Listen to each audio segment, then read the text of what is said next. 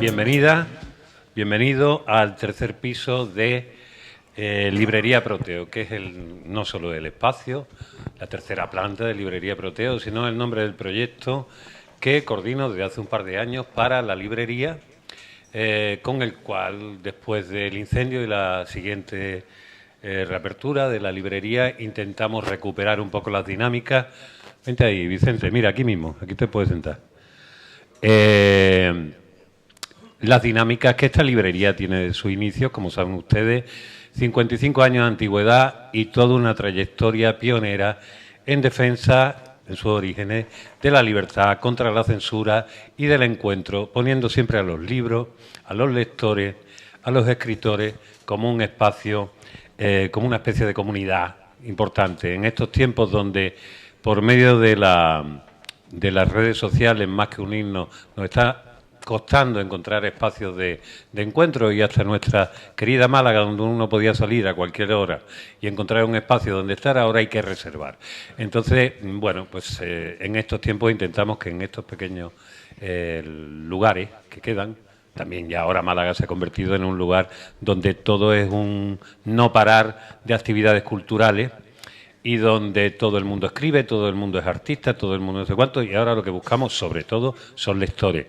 Aquí hoy vamos a tener a varios autores que son lectores a la vez, con lo cual la cosa está compensada, porque aunque ustedes no lo crean, cada vez hay más escritores, autores o publicantes, como a mí me gusta decir, que no han leído un libro en su vida, porque si lo hubieran hecho, desde luego que no hubieran publicado los libros que han hecho.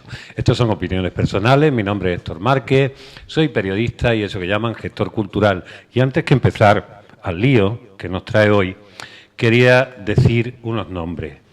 Ana, Gracia, Bianca, Petra y Laila.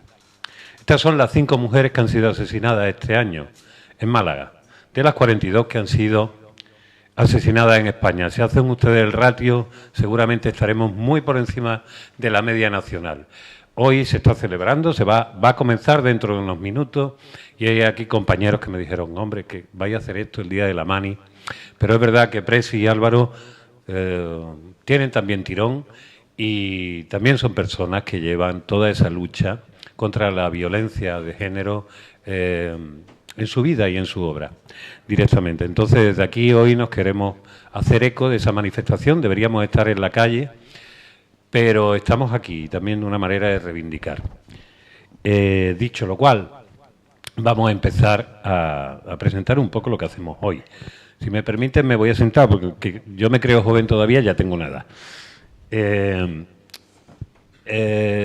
Hoy vamos a presentar la segunda entrega de la segunda época de una colección bastante exquisita de libros. Una colección de textos pequeños, la Vie en Rose, como se diga, los franceses me perdonarán. Uno es el libro de Presina Pereiro, otro es el libro de Álvaro Campos Suárez. El de Presina, si tus manos se olvidan de volar, que es el título sacado de un verso de Pablo Neruda. El de Álvaro Campos Suárez, Notas de Campos. El primero es un libro de poesía, el de Presina. El segundo es una selección de textos escritos por Álvaro que recorre distintos géneros. Artículos periodísticos, ensayos literarios, notas de viaje, críticas o pseudocríticas de cine, es decir, algunos de los elementos que le importan a Álvaro en su producción.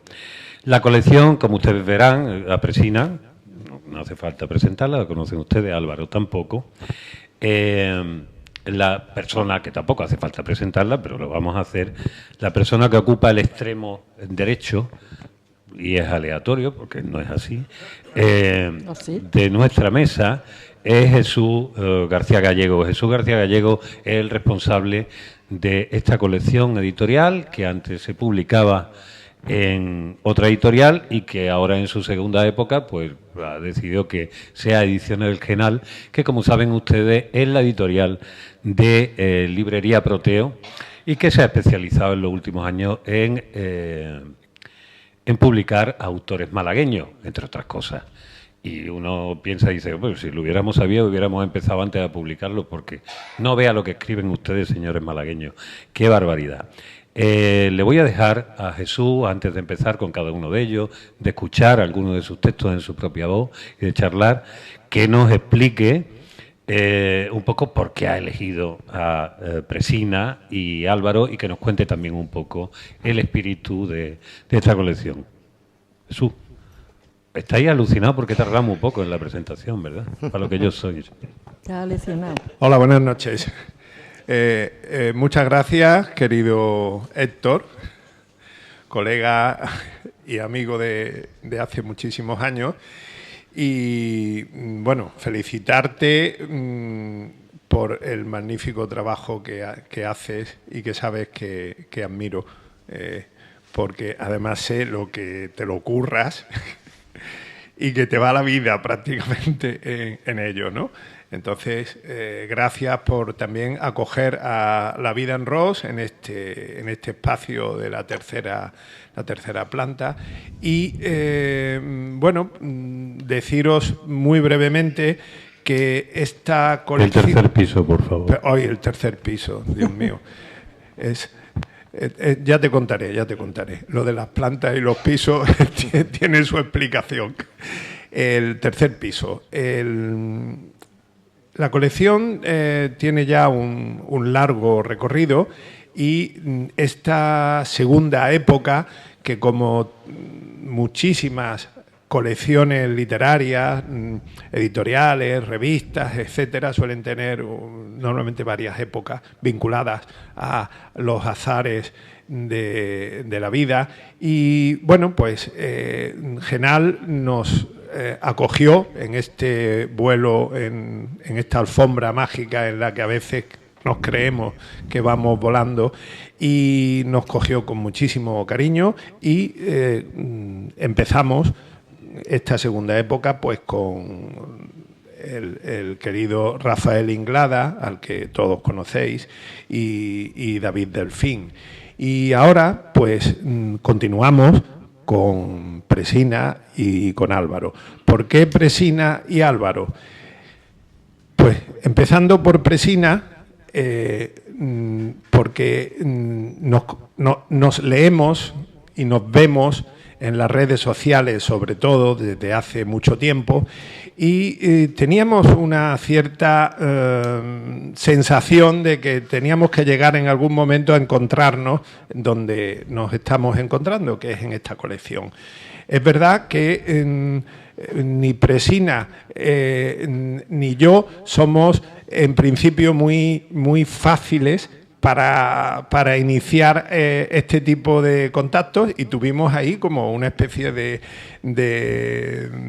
tete a tete muy divertido y que me encantan, porque de eso se trata muchas veces, de darle un poco de vida, siempre vida, y nunca ninguna intención extraña ni oculta.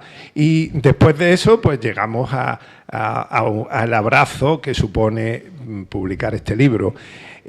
No voy a hablar del libro porque nuestro amigo Héctor se encargará ya se ha encargado de leerme la cartilla antes de empezar porque como nos conocemos ya. ¿Y por qué Álvaro? Pues Álvaro para mí era también una persona que hace tiempo que yo llevaba leyendo y viendo y comprobando el trabajo que realizaba, y bueno, pues en esta colección no queremos ser, ni lo hemos sido nunca, una colección solo de poesía.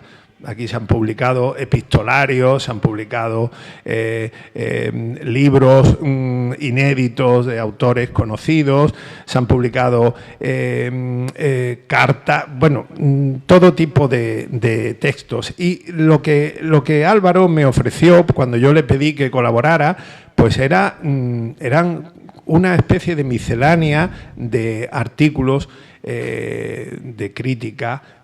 No digo crítica literaria porque son muchos tipos de comentarios, como pequeños ensayos, todo muy, muy bien armado y muy interesante. Entonces, enseguida llegamos a un acuerdo y tengo que decir que en el caso, y volviendo a Presina, en el caso de la portada hay que señalar que el diseño de la portada, bueno, la ilustración que abre la portada es porque las portadas en esta colección van muy cuidadas, muy seleccionadas y muy vinculadas a los contenidos. Cuidamos, y si podéis ver toda la colección, veréis que es un juego estético y cada libro puesto al lado del otro tiene un sentido. Y por eso cuidamos muchísimo la elección de la persona que hace la portada. En este caso, pues es una pintora y una artista inglesa, ¿no, Gilly? Y que hace unas acuarelas, no sabría cómo definirlas, pero a mí me han emocionado por su ingenuidad, su sinceridad y su color. Y cuando se lo propuse a Presina, pues conectó inmediatamente y incluso yo creo que han tenido una conexión muy interesante entre el título de la obra y el contenido, o sea, de la obra de la pintura y el contenido. Y en el caso de Álvaro, pues una buena amiga, fotógrafa muy conocida por todos, que vive en Marbella, pero que está por aquí mucho. Le pedí que por favor que nos preparara algo y encantada, una obra que se llama El Mal. Ella es Mónica Vázquez Ayala, como veis es también impresionante y enseguida también creo que conectó perfectamente con el contenido y con la idea que tenía Álvaro. Bueno, pues dicho esto, los motivos están explicados y no creo que deba seguir ocupando tanto tiempo la palabra. Maestro. Gracias, Jesús. Jesús es en sí mismo, como todos lo sabéis, él es autor, es poeta, es también experto en enología, ¿no? ¿Digo bien? Y gastronomía, en todo lo que da gusto, ahí está él. Él está ahí metido. Y en relatos eróticos, o sea, en todo. Es que se le ve el plumero ya directamente. Y ya como tiene una edad, antes hacía los libros más gordos y ha decidido hacer la bien rock, que el que más tiene 50 páginas. Lo cual agradecemos, porque en esta época donde la gente se fija poco y lee poco, tanto los versos de los poemas de Presina como los textos de Álvaro han encontrado, digamos, el recipiente adecuado, que Esta vida en rosa, que como sabemos también es una canción que era capaz en 3 minutos de Edith Piaf de arrancarnos el corazón y que se quedara de manera memorable. Vamos a ir con Presina, vamos a respetar turnos, cronologías, edades, importancia. Vamos a ser personas caballerosas y respetuosas, y ella la hemos puesto en la silla de la reina. Ha dicho, a mí no me vaya a poner en esta que se pone el culo para abajo, no, bien. Y me ha dicho, lo tengo que decir, porque es una obviedad, di de mí que soy muy guapa. Así que ahí está ella. Yo lo digo y lo refrendamos aquí. Si tus manos se olvidan de volar, ¿qué es esto? Esto es un poema de Neruda. Y Neruda está presente aquí en todo el libro. Tan clarísimo, no solo la lectura no tanto de de los 20 poemas de amor y una canción desesperada, sino sobre todo el Neruda posterior, de los 100 sonetos. Los sonetos de Neruda, que ya termina, empieza con poemas de verso libre y termina con 2 sonetos, cerrando aquello, el soneto es también una especie de prueba de fuego del poeta, ¿no? Y eso que presina, y termina, ya digo, el libro con 2 sonetos. Es un libro sobre el amor, sobre el deseo, dentro de toda su, digamos, de toda su tradición expresiva, emotiva, el amante, quien escribe, a veces pide desesperadamente que no se vaya, de alguna manera que uno podría decir, uy, esto a veces suena tóxico, ¿no? Como decimos, ¿cómo se...? Pero en el fondo, ¿qué es lo que hay aquí? En el fondo, cuando uno ya lee y relee, se da cuenta que lo que está es como convocando desde la literatura y desde la emoción al yo deseante, a la persona que se acoge a toda esta emoción que es capaz de expresarse de determinada manera. Cuando uno ve aquí, dice, uno conoce a Presina y a Rafael, dice, esto lo ha leído Rafael, esto por quién va, ¿no? Aquí. Que no La Presina no lo lee, ¿no? Este ya no te lee nada. Esto es lo que pasa con los matrimonios de largo alcance. Se quieren mucho porque se miran poco. Esta es la cosa. Perdónenme ustedes me van a permitir que yo haga estas apreciaciones, porque para eso me han puesto aquí. Pero ¿qué quería decir? Lo que está es reivindicando, digamos, una manera de estar y también una manera de recuperar la emoción, la sensación, el tacto, el deseo. Que yo no sé si el deseo se pierde o no se pierde con los años. Yo mismo, pelín menos veterano que Presina, pues voy notando, y yo doy gracias a ello, que las hormonas se van alejando de uno, dejándole un espacio bastante. Uno puede tener una cierta añoranza de aquello, pero también agradece no hacer todo por culpa de las puñeteras hormonas, que tan mala cabeza nos han traído, pero verdad, también de vez en cuando te dan gustitos en el camino. En la lectura también yo recordaba mucho un poemario de Félix Grande, del gran Félix Grande, al que se le asoció mucho al tema del flamenco, que es verdad que él fue un grandísimo defensor del flamenco, pero era un poeta descomunal, sobre todo aquel libro de Las Ruibállatas de Horacio Martín, que me parece uno de los grandes libros de poesía contemporáneos en lengua española y que creo que nunca fue lo suficientemente valorado. Un libro donde hablaba del deseo, del amante, el deseo febril. Hay una cosa que a mí me gusta también especialmente. Normalmente la poesía erótica, la poesía del desgarro amoroso, está mucho más asociada, como en casi todo, a las voces de los hombres. Parece ser que un hombre gritando, como Neruda cuando se ponía a gritar lo hacía en 7 idiomas. Y él, como era tan transoceánico y hispanoamericano, pues se iba y largaba en la cordillera de los Andes, le llegaba al Orinoco su voz.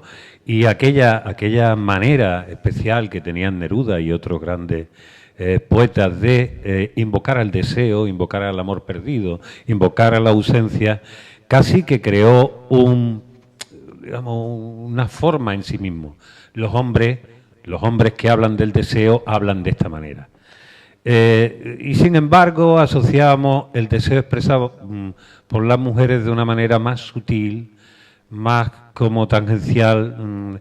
Y aquí no, aquí me da la sensación que Presina asume con total naturalidad un tipo de lenguaje y un tipo de voluntad de hablar de su propio deseo. Sin ningún problema, ahora que estábamos hablando del género, sin ningún problema, directamente dice, yo puedo hablar de esta manera.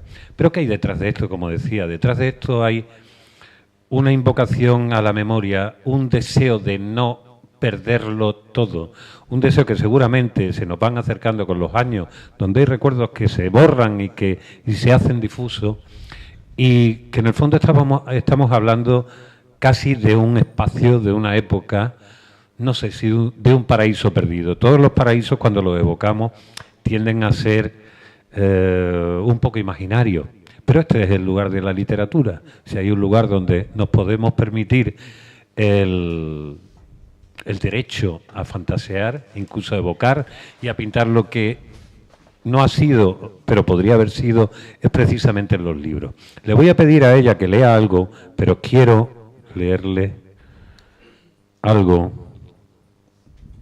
Por ejemplo, aquí estamos. Habla mucho en todo el libro sobre la memoria, sobre el paso del tiempo. Cómo algo se puede escapar de los dedos y no hay nada más efímero que el deseo. Y también, paradójicamente, no hay nada que permanezca más en nuestra memoria que la memoria del deseo y todo lo que aquello implica, ¿no? Dice, mañana seré, quizá, recuerdo, la anécdota que surge en la cocina, seré la imagen ocre sobre el buró empolvado, seré la ropa usada en la tienda vintage, la foto de un pendrive que alguien formatea, seré la brevedad de un solo instante, la distancia rigurosa, seré la nada cuando también tu imagen se disuelva en el olvido. Si lo vemos dentro del contexto del libro, nos damos cuenta que bajo la apariencia de un libro de amor desesperado y de ausencia, realmente lo que estamos hablando es de la propia identidad. ¿Qué somos cuando nos vamos disolviendo? Yo no sé si esta lectura, porque no he hablado contigo del libro, ¿está usted conforme o no? Yo estoy conforme. Estás conforme, ¿no? Y estoy muy conforme, sobre todo con lo que has dicho al final. Ok. Creo que no es tanto el deseo, sino como la ausencia del deseo. Exacto. Como el paso del tiempo. O sea, aceptar que el tiempo va pasando y que todo lo que antes era importante, como es el deseo ahora, no lo es. O sea, o casi no lo es. Entonces yo ahí lo que he querido plasmar es eso, es un libro de ausencias. Es un libro, bajo mi punto de vista, que se separa en todas las clases de ausencia. No solo la ausencia de un ser amado, sino de una madre, de un amigo, la ausencia del amor, la ausencia del deseo, la ausencia, que es lo que nos va quedando cuando vamos cumpliendo muchos años y bueno, pues nos vamos quedando un poquito más chiquitos. Oye, estábamos hablando de este mediodía, que echamos ahí una charleta por teléfono, sobre, un poco me gustaría preguntarte, porque tú empezaste escribiendo de muy niña, empezaste además escribiendo un poco a la fuerza Orcan, porque era lo que te quedaba para jugar, pero hoy en día supongo que agradece el tiempo que no podías dedicar a otros juegos, lo agradeces por todo lo que ha... Bueno, es una forma de llegar a como soy. Claro. Yo estoy bien como soy, estoy conforme como soy. Entonces, bueno, pues vale. Me hubiera gustado más llegar a la edad madura desde otra trayectoria menos dolorosa, vale, y menos de soledad y de incomprensión, porque al fin y al cabo cuando tú eres niño o adolescente y no te ajustas al canon, sufres soledad y sufres. Entonces, bueno, yo llego aquí y estoy conforme con lo que soy ahora, pero el camino no es fácil. Quizás otros tengan un camino mucho más fácil.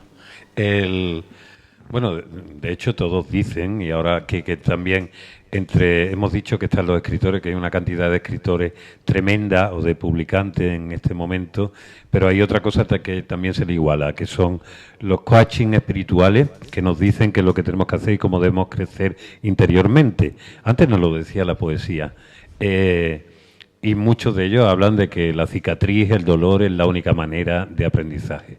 Yo estoy de acuerdo en que los seres humanos aprendemos a base de hostia. Lo que pasa es que ya hay un momento de hostia, a ver que se me entienda, ¿no? Porque estamos precisamente hoy, pero no que... todas para el mismo. No todas para el mismo, ni con tanta frecuencia, que hay un momento que uno dice, ya me he enterado, ya, estas están de más, ¿no?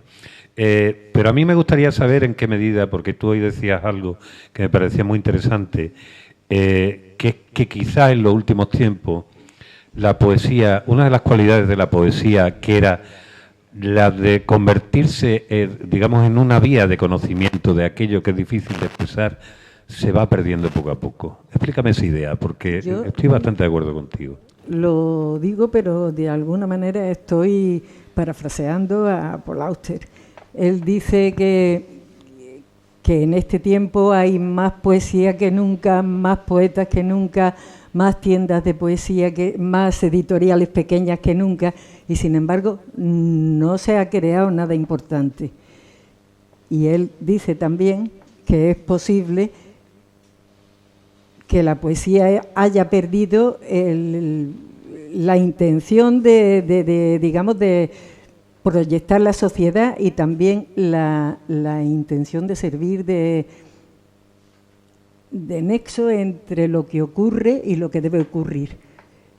Entonces yo pienso que sí. Yo cada vez que edito algo, o sea, que mando a editar algo, siempre pienso si merece la pena el tronco que van a usar en el papel que van a gastar en escribir mis versos. Luego pienso que sí, que si estamos aquí, pues será porque merece la pena. Pero hasta el punto en que llego a decidir que lo edito, siempre dudo mucho. Y releo y pienso y quiero que lo lean las personas a las que admiro y algunos... O sea, es una lucha interior por hacerlo o no hacerlo. Pero es que yo llevo así desde los 14 o 15 años. O sea, que ya si me lanzo tampoco pasa nada, ¿no?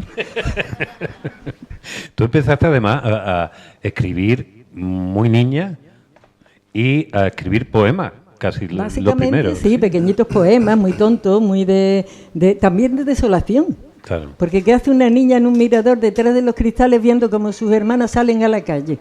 Claro. Pues sufrir, ¿no? Sentir un poco de envidia y pues decir esto no es justo. Bueno, pues eso es lo que yo sentía y luego a veces lo escribía. ¿Y esa guía qué te lleva a la poesía? Porque tú me contabas que la biblioteca de tu padre... Mi padre tenía una biblioteca bastante considerable. Y bueno, pues si no había otra cosa que hacer, porque no te dejaban hacer nada, porque tenías que estar atadita a un sillón, pues leías. Luego te aficionas a leer, porque claro, de todas maneras yo empecé a leer y sigo leyendo con mucho desorden. No con un orden de voy a leer esto, no, ahora esto y luego lo otro y ahora me interesa esto. O sea, que quizás no lo hago ni bien, pero lo hago. Y mi padre sí tenía una gran biblioteca y la verdad que la afición a la lectura creo que de alguna manera la tenemos los hermanos casi todos. Y yo, pues por las circunstancias, más. ¿Y qué poeta recuerdas tú que había por allí? Ay, calla. No, puede decir Amado Nervo perfectamente y todas esas cosas que leíamos. Gustavo Adolfo Bécquer, me lo sabía de memoria. Qué horror. Pero bueno, sí, es lo que... Sí, las poesías así. Pues yo leía a Pervac, o como se llame, a Frank Jervis, a Lorca. Leía episodios nacionales, que ya eran ganas de leer. Sí. Ahí tenemos una cosa compensada, Sí. ese del caos que tú has dicho, ¿no? Pero es el caos, sí, porque yo cogía el libro sin saber realmente qué es lo que iba a encontrar. Y yo siempre he pensado que empezar un libro es terminarlo, a no ser que, ahora menos porque me falta el tiempo, que veo que el tiempo escasea, que no puedo perderlo en leer algo que no me interesa. Pero hasta ahora yo pensaba que si empiezo un libro, el que lo ha escrito, de alguna manera encierra su alma y encierra algo en ese libro y yo tengo que encontrarlo. Entonces, siempre lo he terminado. Ahora ya te digo no, porque digo, si no me engancha, no me engancha. Hay tantos libros sin alma como cosas, porque una cosa que también es una cualidad del ser humano es ser bastante desalmado, como se encuentra, es decir, que la escritura no presupone nada. Pero es verdad que, como tú dices, que tardamos tiempo en darnos cuenta que uno no comete ningún pecado por dejar los libros sin terminar. A mí me gustaría que leyese algo, Presina. Vale, si queréis aguantarme un poco.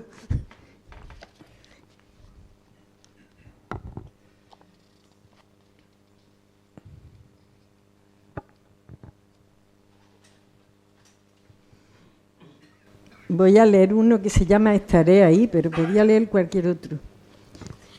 Estaré cuando tu agua se amanse, al final del sendero, donde el cielo es de plomo, contigo. Cuando una rama seca astille tus cristales y el pájaro que al alba acunaba tus sueños surque otro horizonte. Estaré cuando se deshile el cojín de Edimburgo, cuando la taza de Delft se desluzca el azul, en la postrera nota de aquel adagio string que oímos en Nueva York. Estaré junto a ti en la laguna donde naufraga el tiempo, en el exilio de las sensaciones, en la derrota de la idea y la palabra, en la necesaria aceptación y en la última página de tu libro. Estaré en el ocaso.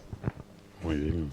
Ese adagio string, el de adagio para cuerda de Samuel Barber. Sí. Mira tú. ¿Qué te iba a decir?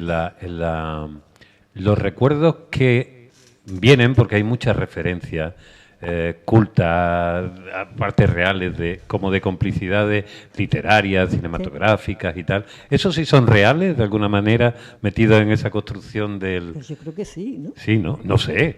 Yo te pregunto. Quiero Yo lo he decirte. escrito, tú juzgas. Yo soy curioso, yo pregunto. Yo lo he escrito, tú verás. Una pregunta. Tú desde hace tiempo, supongo que cuando salen las redes sociales, descubres que es un espacio interesante para comunicarte, casi, supongo que para las personas tímidas. Hoy no hemos hablado de decir, aunque parezca lo contrario, somos dos personas muy tímidas, o con sentido del ridículo, no sé qué una cosa lleva a la otra. Yo estoy perdiendo el sentido del ridículo, pero no Ya la lo timidez. está perdiendo. Yo ya me lo he perdido un día por mi mala cabeza y por ahí queda. Utilizas las redes sociales, tus perfiles, sobre todo en Facebook, para tanto publicar tu fotografía como poemas, cosas que escribes y tal. Y tú tienes muchos seguidores. Es decir, desde luego... No sé por qué, pero sí. Y te siguen. Eso... porque una cosa, una pregunta que yo me hago. ¿Uno lo que busca son los seguidores o necesita la voz de determinadas personas para decir que puede seguir haciendo lo que hace, un poco para que te validen? Creo que sí, ¿no? Estos segundos. Sinceramente. Creo que sí. Hombre, tú a la gente de las redes sociales, la gente que conoces a través de las redes, terminas tomándole cariño e interesándose por ellos. Claro. De verdad, pero vamos, sinceramente, Sí, no sí, es... Y luego los encuentras por la calle, te da muchísima alegría y yo creo que si puedes hacerle un favor, lo haces.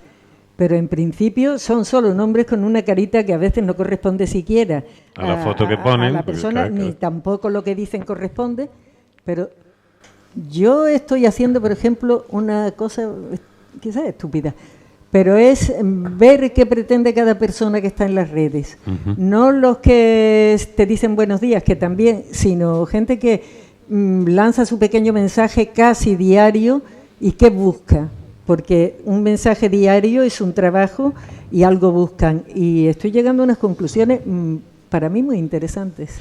Pues me gustaría que las compartieras. Pues Ahora no, porque ¿eh? pienso escribirlas. Las piensas escribir. Joder. Porque tú has escrito desde siempre, no has publicado desde siempre, pero hay que recordar que tú eres investigadora, has sido investigador. Bueno, ahora estás de jubilada, en ese aspecto, de jubileta. Pero vamos, que sobre todo el tema de la historia, tú has investigado, has publicado, has hecho muchos ensayos, has trabajado para el CSIC. Y de pronto llega un momento... No como espía, ¿eh? No, pero hay escrito una novela donde hay muchos espías, sí. Que hace poco también la publicamos aquí, hace un año. Sí, sí. Que, por cierto, ¿cambia mucho tu forma de enfrentarte al texto desde la poesía y desde la narrativa? Porque me da a mí la sensación, no sé si me equivoco, que a ti la poesía te sale como quien suda. Y después a lo mejor seca un poquito. Mi poesía es elaborada, parece que es sencilla, pero yo tardo en hacer un poema. Ajá. Yo primero tengo la idea de lo que quiero decir, primero la digo y busco luego con la palabra. Yo busco mucho el ritmo y la música en la poesía, más que la rima. No busco nada que me constriña, sino que me dé alas, pero que tenga música, o por lo menos que yo la vea, y ritmo. Entonces eso tiene que tener la palabra adecuada para que cuando tú la leas suene de una forma bonita. Y no es fácil, no es fácil, ¿verdad? Y en cambio con la narrativa... La narrativa también la trabajo mucho, no es nada espontáneo. Hacer una novela tardo años. Primero porque yo pongo muchos datos históricos en las novelas y están perfectamente documentados. Y segundo porque me gusta hacer el perfil de cada personaje, que vaya evolucionando en la novela y que tenga una motivación para evolucionar. Y luego la interrelación entre los personajes, que me parece, y el cambio en la interrelación. O sea, pues todo eso me lleva mucho tiempo, no es fácil. Y además no es fácil porque yo no hago ninguna ficha para escribir, ni siquiera hago una línea de por dónde voy a ir. Yo todo lo tengo en la cabeza cuando empiezo a escribir y lo he sacado cuando termino. Entonces me lleva tiempo porque, claro, tengo que ir ajustando. Esa labor documental y de precisión histórica está muy clara en Larga será la noche, que os recuerdo que no la hayáis comprado, que está por ahí, que se puede comprar. Este es el momento que está patrocinado y yo intervengo y digo, esto es una librería, todos vivimos de la venta del libro, es un 33% de lo que se cobra, lo que gana la librería, y de ahí comemos todo. Así que ayuden, por favor. Menos el autor. Menos el autor. Bueno, según qué autores. Hay autores que cobran sí. Pero aquí Los que somos no todos necesitan. pobreticos. Los que somos no todos, lo necesitan, cobran. Exactamente, los que no lo necesitan, cobran.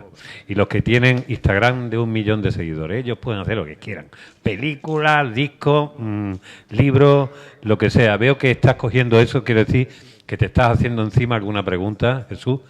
Sí. Claro, naturalmente. Claro. Tengo varias preguntas para cada uno. Yo sé que las presentaciones que hace nuestro querido Héctor son fantásticas y prácticamente sobran muchas veces el volver o incidir sobre... Pero como a mí me gusta, y él lo sabe, me gusta disputar, pues cuando tú hablabas, y eso va para ti, pero él ha hablado del paraíso perdido, creo, ¿no? Porque hace tanto tiempo que has estado hablando que ya se me había olvidado. Es que la memoria, eso es, a veces la memoria es corta, pero el paraíso es larguísimo. Entonces, yo, fíjate, leyendo a Presina, creo que el paraíso no habla del paraíso perdido, y yo la animo a que piense más en Gatsby que en cualquier otro.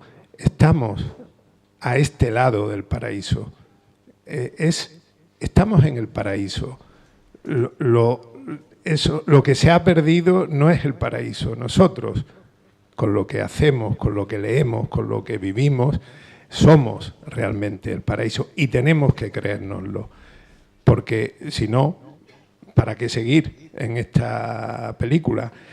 Yo he visto en tu libro desgarro, soledad, pero también he visto rebeldía, protesta, y, digámoslo vulgarmente, cabreo, ¿no?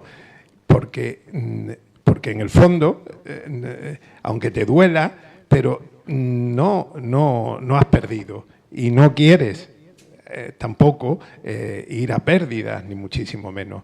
Estás viviendo lo que vives con una intensidad que, como bien decía Héctor, no tiene que ver con el género en el sentido que tradicional se aplica al deseo o a la forma de escribir en hombres o mujeres. Tú estás, yo creo que estás en un momento precioso en el que te planteas cosas maravillosas y que tienes que sentirte dentro a este lado, tienes que sentirte orgullosa de estar diciendo lo que dices y cómo lo dices. Las ausencias son hermosas, la rebelión es hermosa, el deseo que se pierde también es hermoso. Yo, si algo he descubierto con el tiempo en relación con el vino, es que la experiencia que uno va adquiriendo hace que las neuronas, cuando catas un vino, ya se reconecten de una forma que hace años pues necesitabas buscar otro circuito, pero ahora ya tienes ese circuito y te lo saltas y llegas al mismo sitio pero haces un recorrido mucho más concreto, más sincrónico con tu momento. Entonces, yo quería hacer esa precisión porque me parece hermoso y porque creo que hay algo que me ha dado la sensación que tienes mucha prisa porque crees que tienes tanto que hacer y tan poco tiempo quizás, pero ¿sabes lo hermoso y lo apasionado que es justamente ese sentimiento? Es la vida que yo hablaba, de ese recorrido que haces ahora, que es mucho más basado en la experiencia, en todo, y el deseo no se pierde nunca, y mucho menos en un poeta.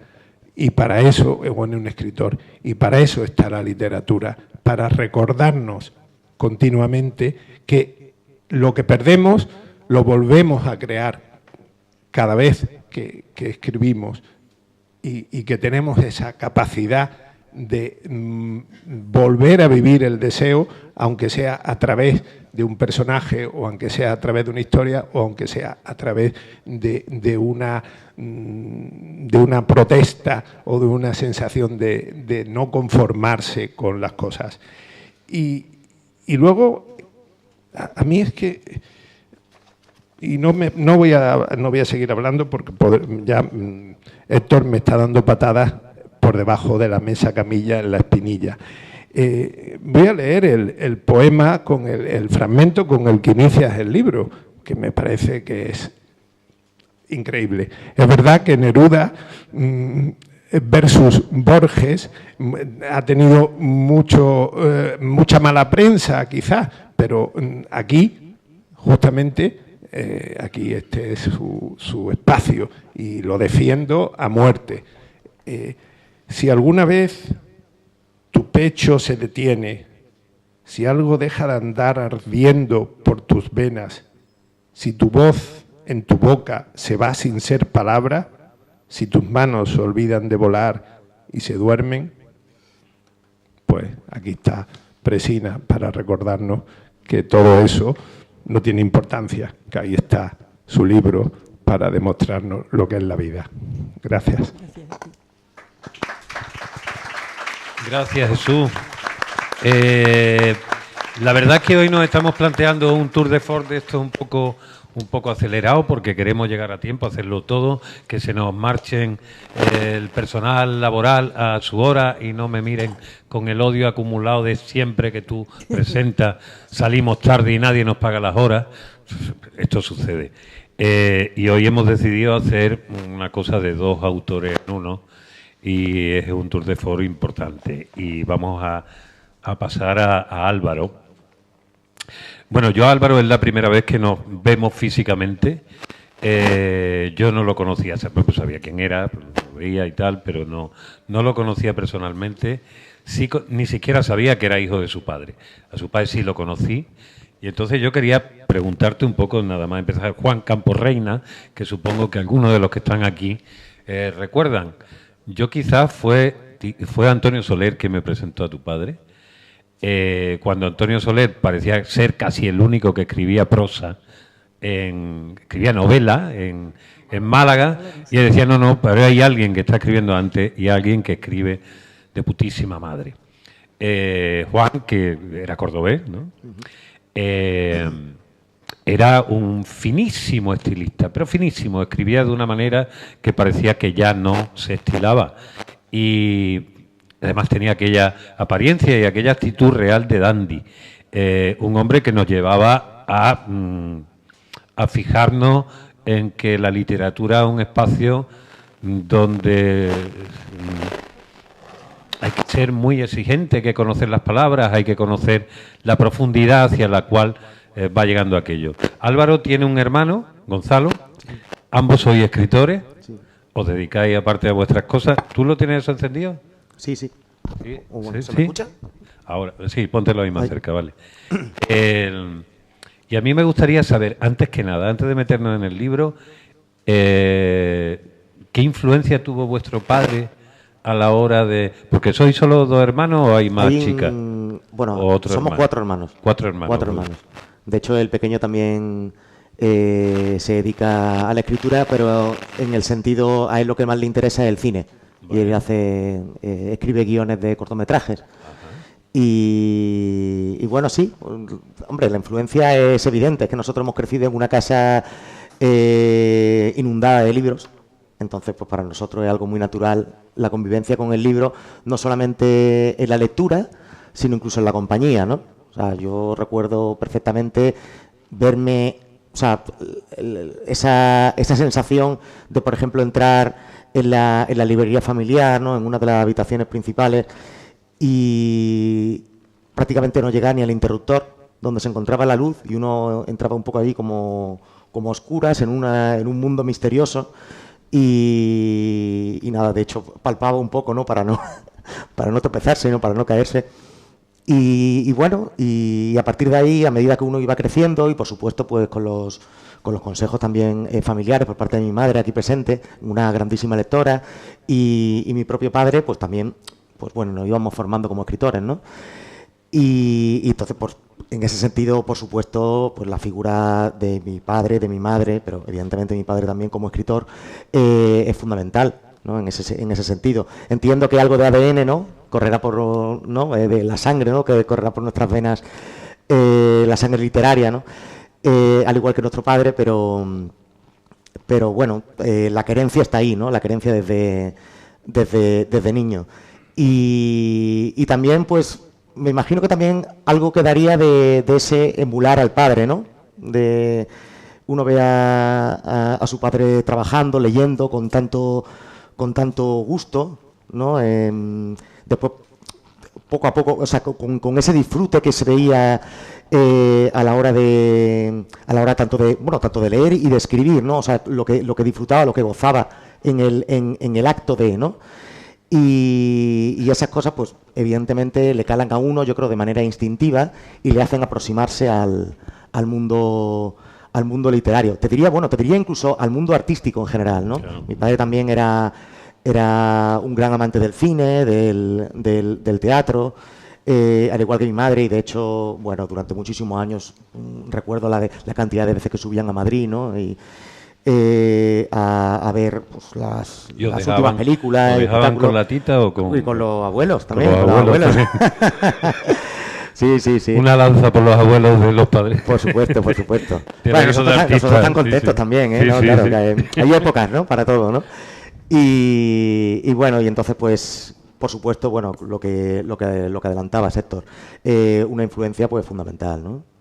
Y a partir de ahí uno realiza su propio camino personal, claro. ¿Tú recuerdas tu padre que realmente murió bastante joven? O Sí. sea que tú ya habías empezado a escribir cuando Bueno. tu padre estaba vivo. ¿Hubo algún momento de papá, esto te gusta? Niño, sigue No. contando sílabas. Bueno, a ver, yo prácticamente se podría decir que yo he escrito siempre. Lo que pasa es que yo he escrito de una manera muy, muy dispersa y con muy poca disciplina, vamos a llamarlo así, ¿no? De hecho, yo ya de cuando era pequeño, con no sé si con 12 años, 11 años o algo así, yo ya estaba escribiendo mi primera novela en la impresora Olivetti de mi padre. O sea, pues ahí, imaginemos, ahí seguramente, por supuesto, pues intentaba también llamar la atención, Mira, ¿no? claro. Seguro, ¿no? De algún modo, ¿no? El mírame qué bien lo hago, ¿no? O algo así, ¿no? Bueno, no lo sé, no puedo recordarlo, digamos, lúcidamente en ese sentido, pero en fin, sí recuerdo que yo disfrutaba mucho escribiendo. También es verdad que durante muchísimos años no lo hice, pero siempre tomaba notas, ya sea en cuadernos, ya sea en notas, en diarios o en fin, en páginas volanderas, digamos. También es cierto que yo siempre he sido una persona que defiende mucho eso de que uno escribe incluso cuando no está escribiendo, ¿no? Sino simplemente viviendo, ¿no? En ese sentido, yo creo que uno escribe su propia vida y no necesariamente de forma impresa. Hay una cosa que tú dices, por intentar ahí, perdonadme si me engolfo demasiado, pero es que me interesan, sobre todo aquí, en este espacio, la parte humana que hay detrás de los escritores. Ya las academias y los textos de literatura están para esos otros espacios, para, digamos, fomentar más lo etéreo de los artistas. A mí lo que más me interesa de los artistas es que son de carne y hueso. Y entonces, y lo mucho que se nos parecen a los que no lo somos, ¿vale? Y entonces por eso me interesa mucho todo ese aspecto vital. Comienzas tu libro, hay que decir que este libro, Notas de Campo, son una serie de ensayos, de artículos breves que tú habías publicado en distintas revistas o medios digitales. En concreto una revista, y eso es lo que me dio pie también a pensar en la posibilidad de iniciar, ¿no? este proyecto, una revista más o menos famosa aquí en Málaga, se llamaba Manual de Uso Cultural, que salía aproximadamente cada 2 meses. Y además era una revista de difusión gratuita, lo cual a mí me encantaba, ¿no? Porque eso implicaba que podía llegar a muchísima gente y estaba muy bien distribuida. Fundamentalmente en Málaga, creo que también, no sé si era en Granada, Sevilla y en algunos sitios en Madrid, pero bueno, ya ahí de forma no tan abierta, ¿no? Y bueno, a mí me encantaba, yo cuando empecé a colaborar con la revista, fundamentalmente yo escribía textos libres, de temas libres, ¿no? Entonces, pues para mí eso era un regalo, porque me permitía iniciar exploraciones sobre temas, sobre asuntos que me interesaban especialmente. Bueno, tú has adelantado unos cuantos, ¿no? Pues el arte, los viajes. Dentro del arte, además, pues el cine, el teatro, después la sociedad, la crítica social o política, incluso en parte, notas de un carácter un poquito más, digamos, existencialista y todo muy cercano también a la poesía, que quizás ha sido la musa que he tenido más cerca, ¿no? En ese sentido. Pues tú empezaste lo primero que se publica en forma de libro, un libro de poesía. De poesía. Que se llama Buda... No me bueno, acuerdo. Buda Bolshoi fue el primer libro, digamos, de mayor extensión, más, digámoslo así, convencional. Antes había escrito un cuaderno el año anterior que se llamaba Trenes, que fue un poco el preludio de ese libro. Y bueno, vuelvo hacia atrás y conectando con lo que me habías preguntado anteriormente, yo sí había estado escribiendo, ya te decía, desde hacía muchísimo tiempo, pero es cierto que unos años antes de la publicación del primer cuaderno todo se aceleró y en ese sentido, pues digamos que fui tanto por un lado recopilando aquellas cosas que uno tenía escritas, ¿no? Que muchas veces no dejan de ser meros apuntes o ideas que no habían sido desarrolladas posteriormente de manera poética. Y a partir de ahí fui creciendo, ¿no? Y creando, digamos, pues eso, poemas o textos en prosa poéticos, que también tengo algunos.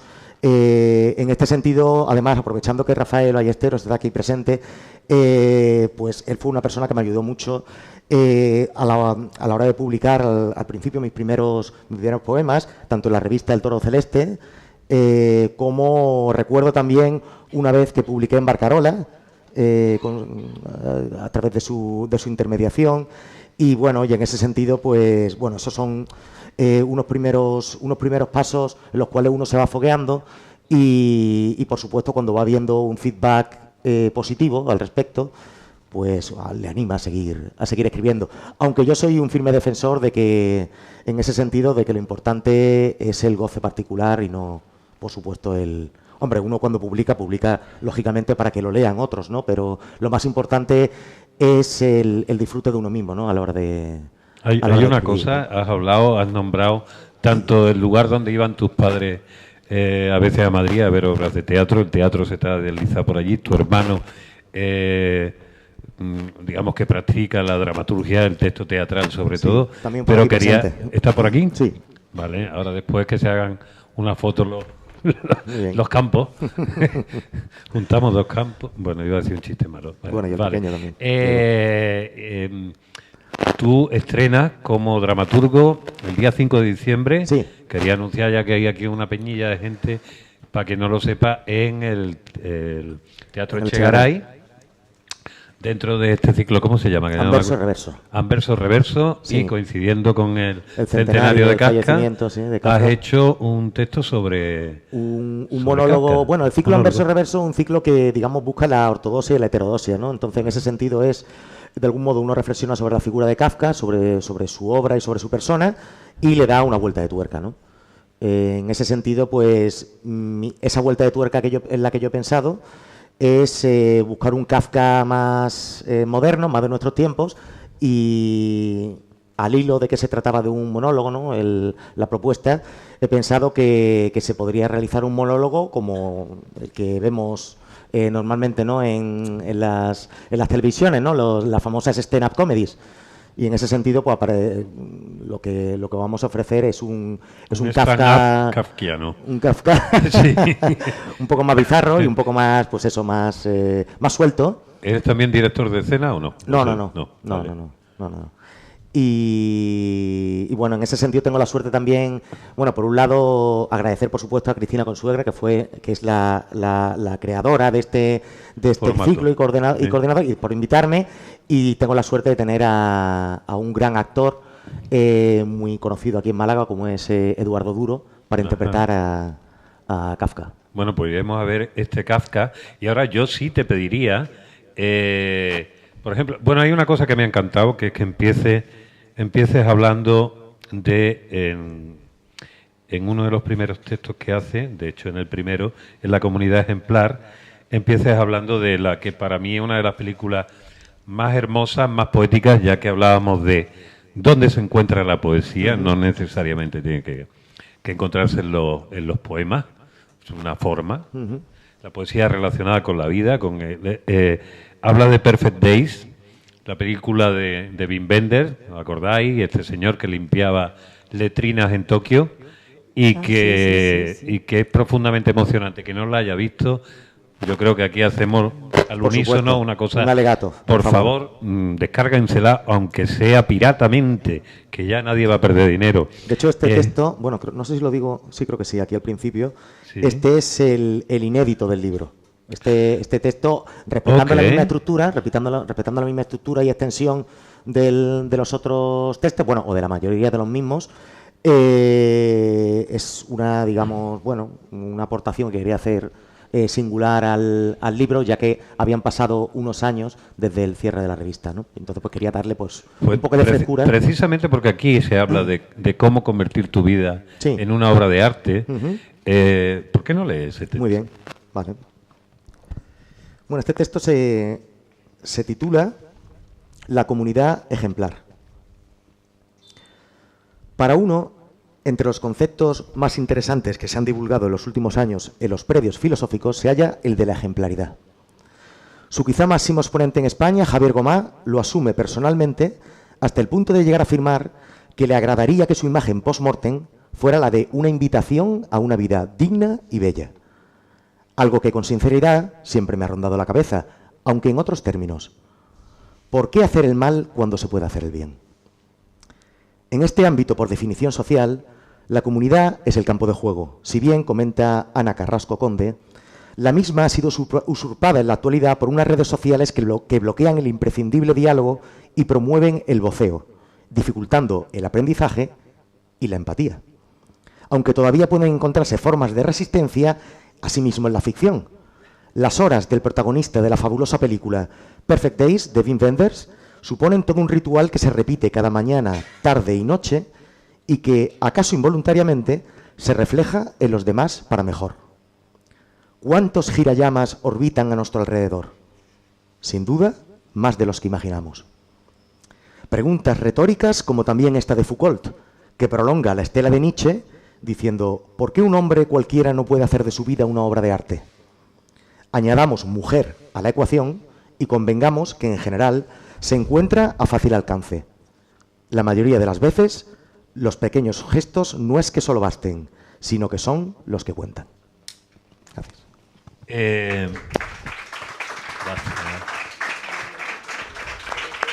Me gustaría también hablar, esperad que mire la hora, vale, tenemos todavía un poquito de tiempo, entonces seguramente Jesús tiene ahí también cosas que preguntar y decir, o ya, sí, hombre, ya.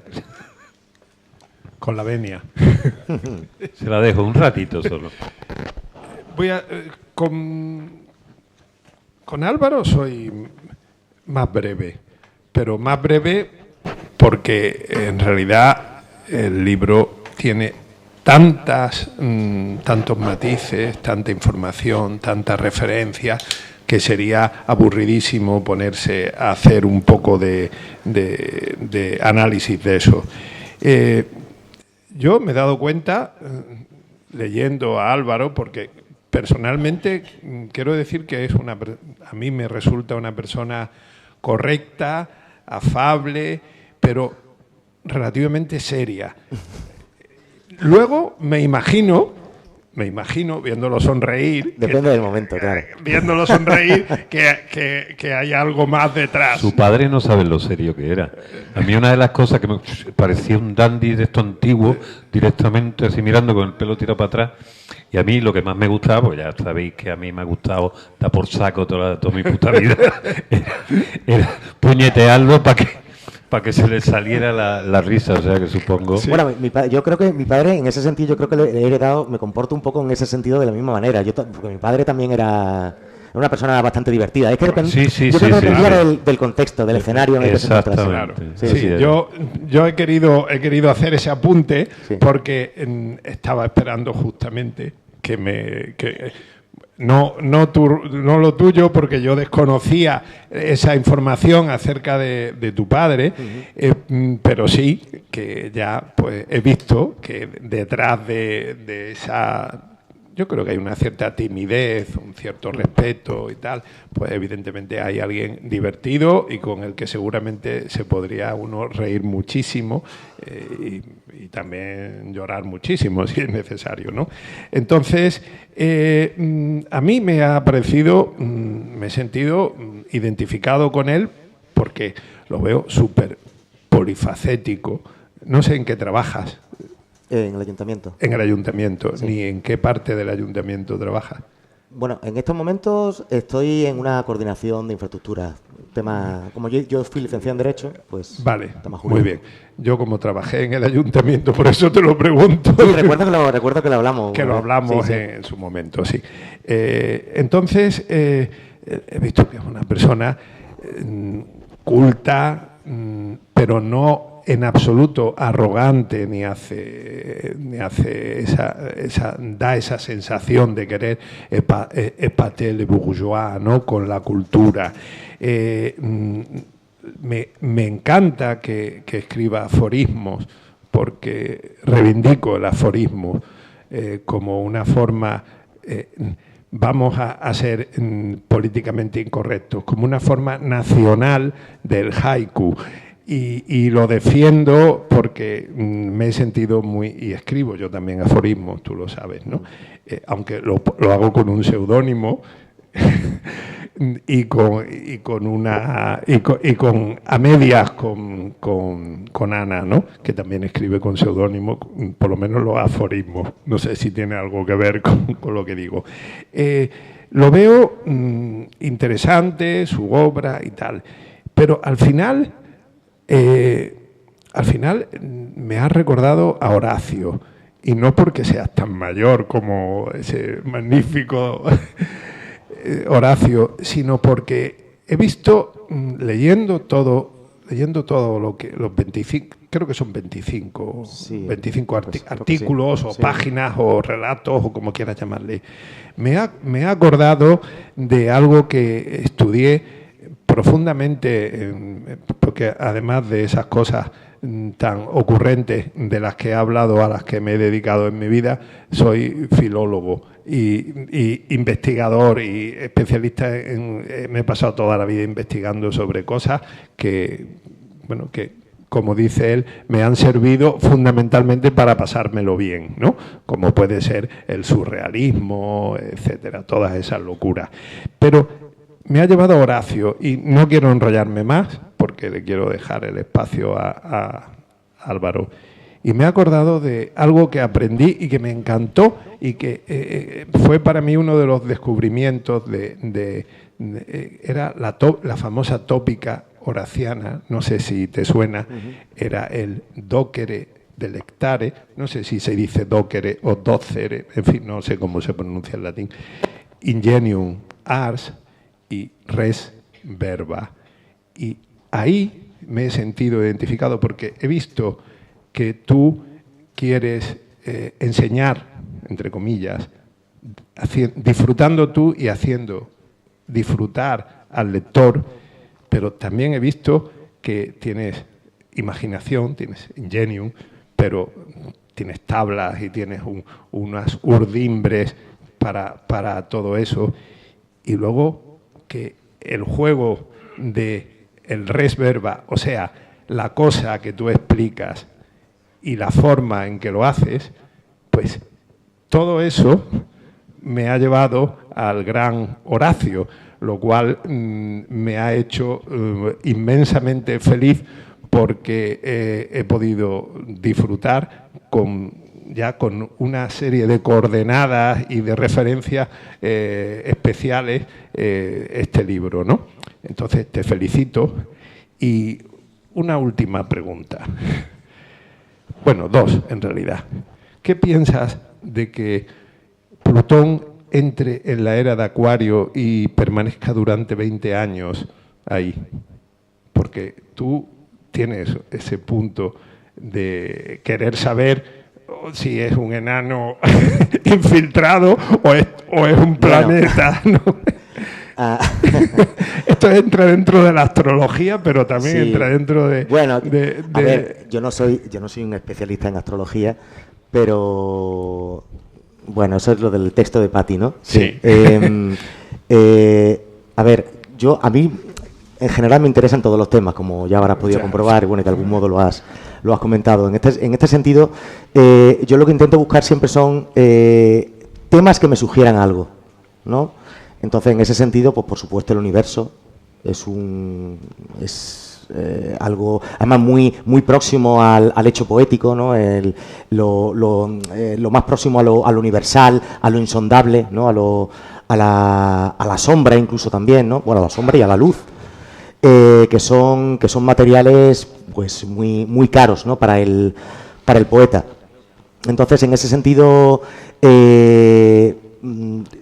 con, por ejemplo, ese texto, lo que intentaba buscar es, a raíz de un hecho real, ¿no? Sí. Como era esa ya no destitulación de Plutón como planeta, ¿no? Y demás, relacionarlo con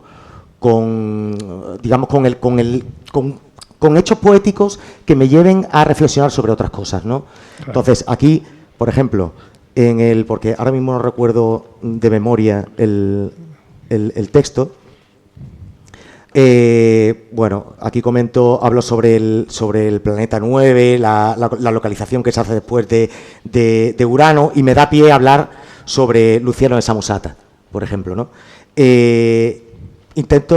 Mi estilo en este tipo de textos, en lo que eran los que yo publicaba en la revista, era el intentar relacionar varios temas a la vez para buscar una conclusión, que podría ser una conclusión social, podría ser una sugerencia, en ese sentido, y me ha gustado que haya hecho alusión a él, en ese sentido también muy horaciano, ¿no?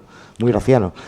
Y es un poco el estilo, igual que los poetas buscan su voz propia, pues yo en ese sentido creo que en este tipo de columnas, que la mayoría eran más bien literarias, pues intentaba eso, ¿no? Sugerir al lector a través de un determinado hecho, establecer o proponer algo, ¿no? O realizar una pregunta que quedaba en el aire, que algunas veces, como en el texto que he leído, eran más bien preguntas retóricas, y todas muy cercanas a mi perfil, que mi perfil de siempre es un perfil más bien poético.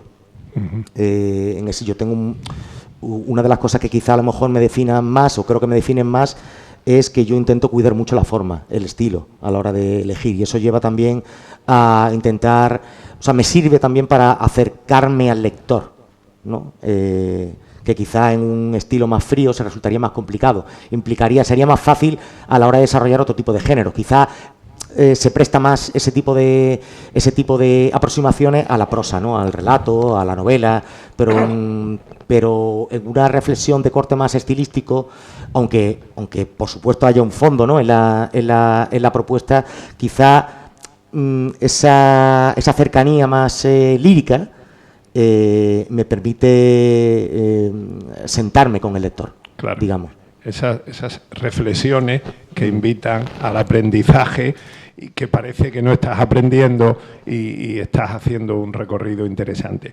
Y dejando a Plutón, eres utópico. ¿Utópico? Creo que la utopía es probablemente el motor que para mí mueve esas reflexiones, ¿no? Sí. Y dentro de esa utopía, evidentemente, está esa búsqueda de la pureza, de la concreción, de el transmitir algo que pueda ser entendible y que nos lleve por un camino que al final nos conduzca a una reflexión, etcétera. Y entonces, después de terminar de leer tu libro, y además hablas de la utopía, pensé, bueno, aquí está Álvaro, es un utópico que además sueña con llegar a la utopía, ¿no? Es que yo creo que además la propia tarea de escribir, y bueno, máxime cuando uno verdaderamente está intentando a lo mejor pues levantar una obra, ¿no? Un libro, ¿no?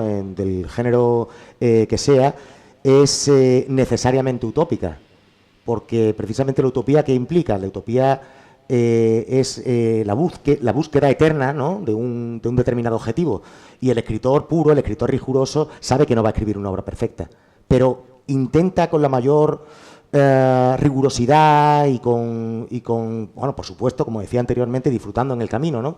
Pero con la mayor seriedad, llegar o intentar acercarse lo máximo posible, en la medida de sus posibilidades, claro, ¿no? De sus límites, a esa meta, ¿no? Entonces, en ese sentido, yo creo que todo libro se podría decir que es utópico, igual que todo escritor, ¿no? Se mueve en esos términos. Pues gracias por el libro, que he disfrutado mucho. Bueno, y a ti por acogernos, pues, en esta casa. Encantado. Para mí ha sido un placer acogeros a los dos, porque no os digo que es vuestra casa, porque es la casa de todos. Sí, claro. Y entonces pues no puedo personalizarla, pero sí, os agradezco vuestra participación en ella, y espero que os hayáis sentido cómodos en ese espacio estético. Siempre. Que en el fondo es divertido y no trasciende, yo creo que intenta trascender un poco la formalidad, ¿no? Maestro, me he extendido mucho. Yo ya no te digo nada. Lo que sí quería es que antes que termináramos alguien dijese algo. Ya estás levantando por ahí mano. Tienes que decir tu nombre, por favor. Pues sí, con mucho gusto. Gloria Barceló. Mira, has dicho lo de el día 5, la representación en el cine Chegaray. En el teatro, sí. En el teatro Chegaray, perdón. Aparte de ese día, ¿hay otro día más? Sí, que no voy a poder el jueves, ir el 5. bueno, de hecho, sí, bueno, me gusta que me haya hecho esa pregunta porque así lo desarrollo un poco.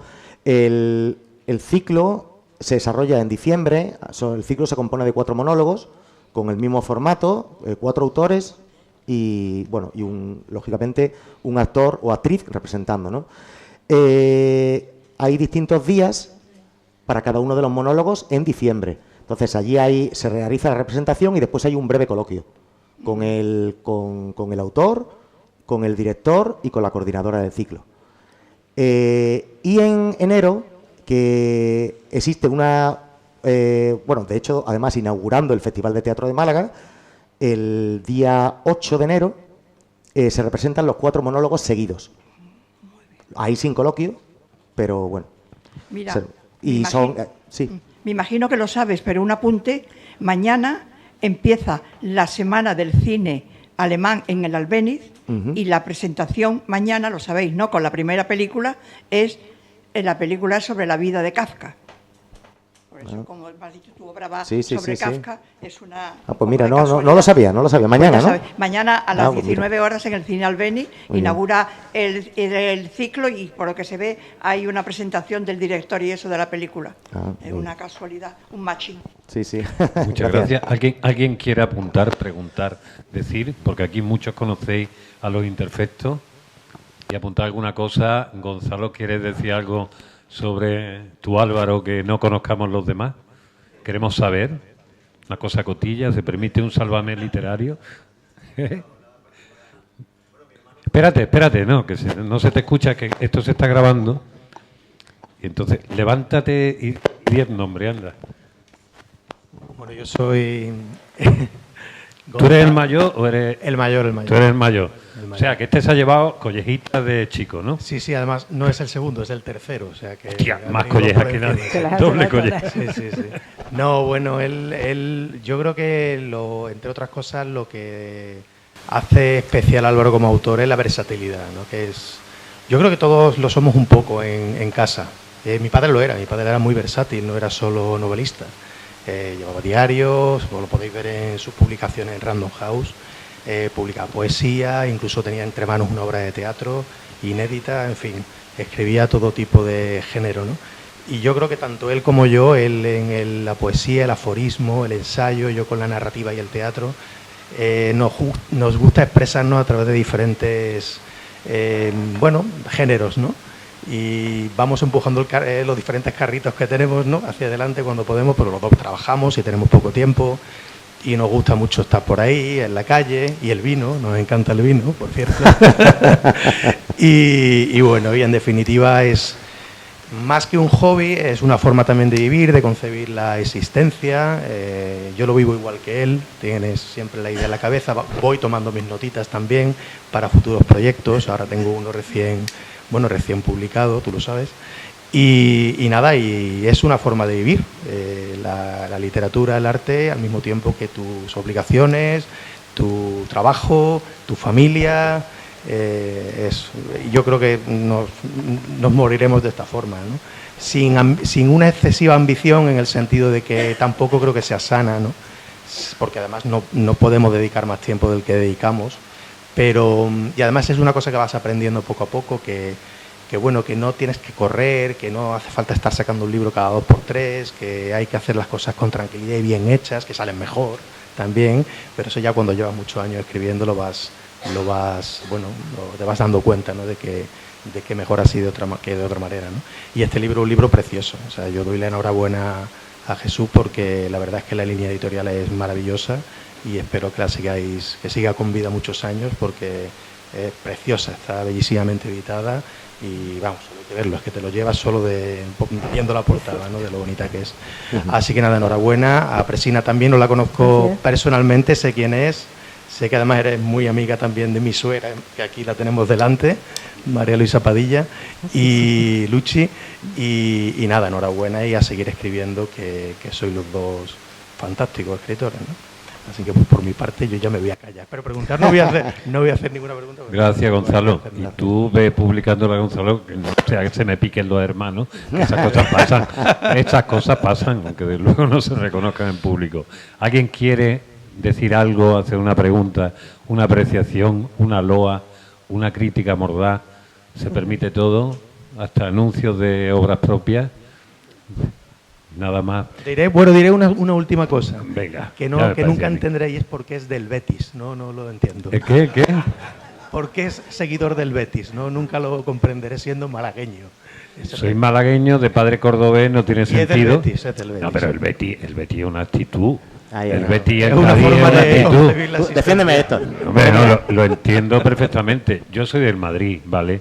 Porque una cosa que te viene tu padre y te bautiza, y para una cosa que me queda, aparte el nombre de mi padre, porque el resto no lo podía ver, pues ya uno se queda.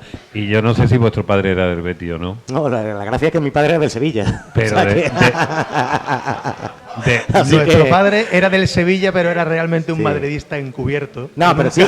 Que nunca lo reconoció. No, pero sí hay una... Se sale del armario tarde, ¿eh? Sí hay una razón de peso, y es que a mí me regalaron de pequeño una equipación del Betis. Claro. O sea, a partir de ahí... Eso el kit de la cuestión es ¿por qué mi padre, si era del Sevilla, me regaló una equipación del Betis? Pues no sé, nunca lo supe. Para insultarte. Para buscar el pique quizás en la para casa. insultarte, claro. Es una forma de motivación a la Nunca se inversa sabe, nunca se que sabe. debe estar en los libros de pedagogía infantil ahora que se habla. Hombre, el Betis es Kiko Veneno, ¿qué quiere que te diga? Yo después Claro. de eso ya me da lo mismo. Bueno, Gonzalo, gracias. ¿Alguien quiere añadir algo a la una? Espérate, que si no, cuando se grabe, uno escucha a una mujer mover los labios sin decir nada. Venga. Que estarás oyendo que aquí se nota, no tiene que haber diferencia de trato, de derecho, pero estarás notando que hay una diferencia para unir y para desunir entre los hombres y las mujeres, que es el fútbol. O sea, Sí, nosotros no hablamos hemos de lo que podido sea, participar pero en tú ves eso. que al final los hombres terminan con el Hablando de fútbol. O sea, que une y desune. Quiero recordarle a Lola que hay un equipo femenino en España que ha ganado el Mundial y que ahora mismo las mujeres juegan al fútbol, que ya no es como la Ibérica Fútbol Club. Es decir, que ya esas líneas pasaban en nuestra época, ahora ya no son tan así. Así que el fútbol une o desune, depende de lo que quiera la gente, unirse o desunirse, y lo que nos provoquen. Hoy yo creo que bueno, quería haberos preguntado por el tema de la violencia de género, por cerrar el día en el que estamos, el día contra la violencia de género, pero creo que ya estamos un poquito fuera de tiempo. Nada más que daros las gracias por venir, a todos, a Jesús por seguir editando, a ti por estar aquí, a ti también por estar aquí, por continuar. Lamento que no hayamos tenido tanto tiempo para dejaros a cada uno, pero así se queda la gente con las ganas. Y además lo breve es bueno, 2 veces bueno. Así que os pido un aplauso fortísimo para estas 3 criaturas y sobre todo para nuestros autores. Muchísimas gracias.